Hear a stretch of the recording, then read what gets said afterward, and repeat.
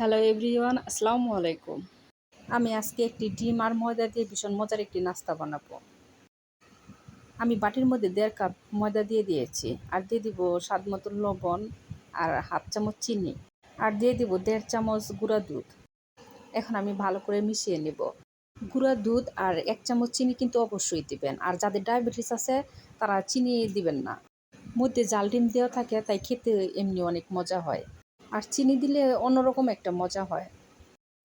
Better এখন আমি হাত দিয়ে ভালো করে গুলে নেব, যেন একদম নরম হয়ে যায় আর চিনিটাও গলে যায়।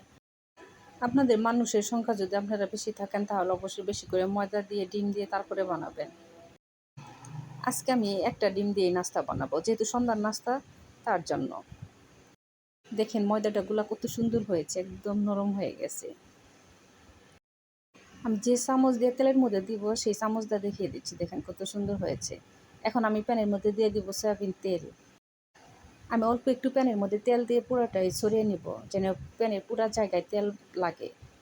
কারণ এই নাস্তা বানাতে তেল একদমই লাগে না, অল্প একটু তেল হলেই এই নাস্তাটা খুব সুন্দরভাবে বানিয়ে ফেলতে পারবেন, আর খেতে অসাধারণ লাগে। ময়দা গরম তেলের মধ্যে দিয়ে চামচ দিয়ে উপরে গোল করে নেবেন। এক পাশে হয়ে গেছে, এখন আমি উল্টিয়ে দিব। উল্টিয়ে পাল্টে এরকম করে আমি ভেজে নিব। দেখেন আমার ভাজাটা হয়ে গেছে।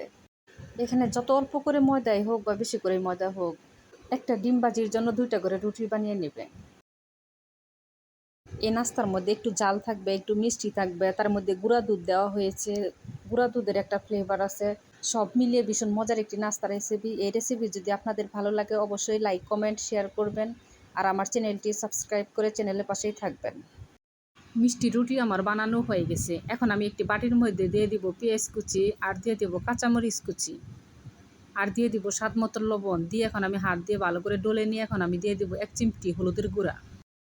এখন আমি একটি ডিম ফেটে তারপরে দিব, দিয়ে তারপরে ডিমটা মশলার সাথে ভালো করে গলিয়ে নিব। প্যানের মধ্যে আমি তেল গরম বসিয়েছি, তেল গরম হয়ে গেছে, এখন আমি ডিম ভেজে নেব। ডিম ভাজা হয়ে গেছে, এখন আমি উঠিয়ে নিব। এই ডিম ভাজা তেলের মধ্যে একটা রুটি আমি দিয়ে দিব, তার মধ্যে দিয়ে দিব ডিম ভাজি। ডিম ভাজির উপরে আমি আরেকটা রুটি দিয়ে দিব, দিয়ে আমি দুই পাশে ভালো করে ভেজে নেব। দেখেন দুই পাশে খুব সুন্দর করে ভাজা হয়ে গেছে, এখন আমি সুন্দর করে একটা ভাজ দিব। দেখেন কত সুন্দর হয়েছে। এই নাস্তা চার সাথে খেতে বেশি ভালো লাগে। সবাই ভালো থাকবেন। আল্লাহ হাফেজ।